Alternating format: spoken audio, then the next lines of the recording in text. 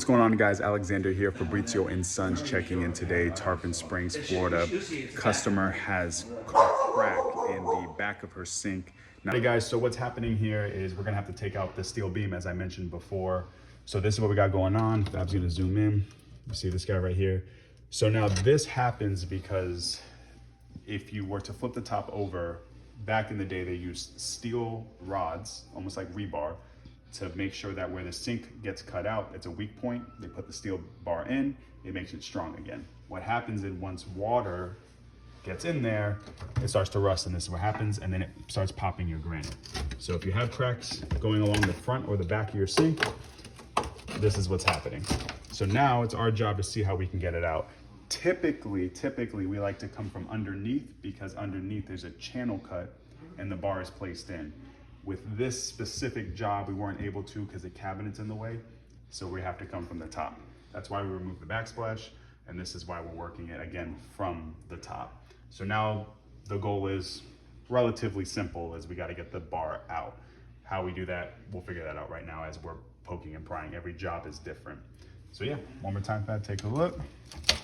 You see? So now we're just getting it out. You see how rusty it is. And it's just about trying to cause some vibration. Look, we already got a crack. That's how rusted it was. So now take like a nice big view, Fab. You see? Right there. So again, this is gonna go the full length, so we're gonna get out as much as we can. Pretty crazy. Okay. Yeah, that's good.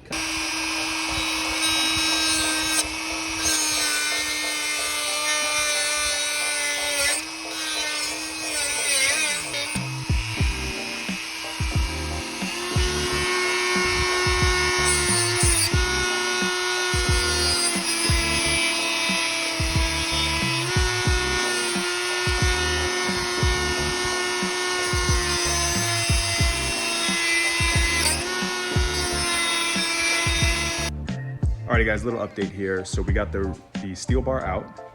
We matched everything to where it needed to go. We cleaned it all up. We're gluing it in place currently, and then let me show you what we got. So look. So I got my brother in here working with the glues, right? We got the pieces all in. We got this big gap here that we're gonna figure out. Right, we're testing glues. You can tell over here, he's testing. Okay, and then also we have this piece here. See? So we were given this by the customer to work with. So now the plan for that guy right there is that we're gonna break it up into little pieces. And then we're gonna add it into the glue that's gonna go into here. Then we're gonna sand everything down. That way it's nice and flush and polished. All right.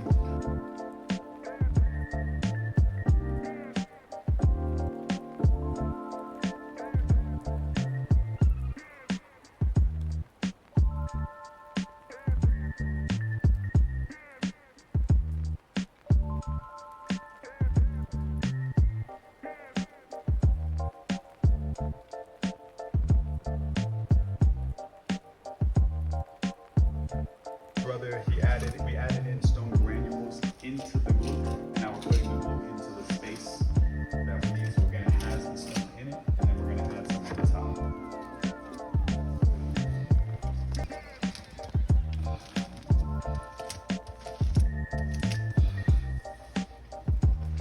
Now what we're gonna do is we're gonna sprinkle that on there. We're gonna try to use as little pieces as we can. Right, remember we broke this up. Corey, you can actually point at me, not necessarily at it, so you can see it when you talk.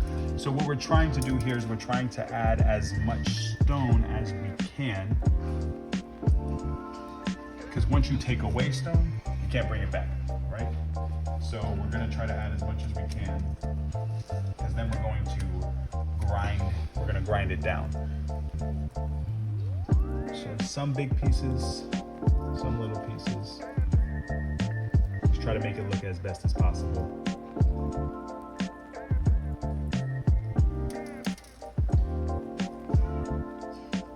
Overkill is fine, because again, we're gonna grind. So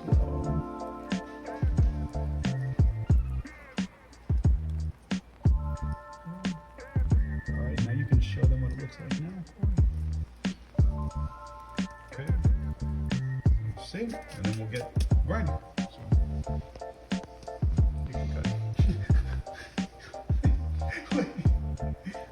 So now, Alrighty guys, so as you saw in the last video, we put the glue we had that big gap that we couldn't do nothing about. So we broke up the granite, like I said, we added the chips into the glue, and now we put it into here. You saw it before.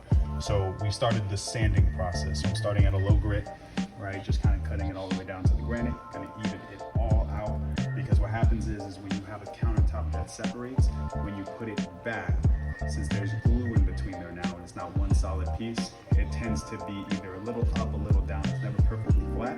That's where the sanding comes into play. We want to give it a nice cut, blend it all out so it's a nice flat surface, so that when we put the backsplash back, everything is square and you don't have any spaces where maybe water can leak. Because again, we're dealing with a wet area, water always going to find its level.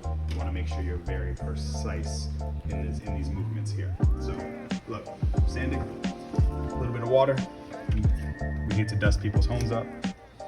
You can already tell we got nice color coming in, and then we're just looking for a flat cut.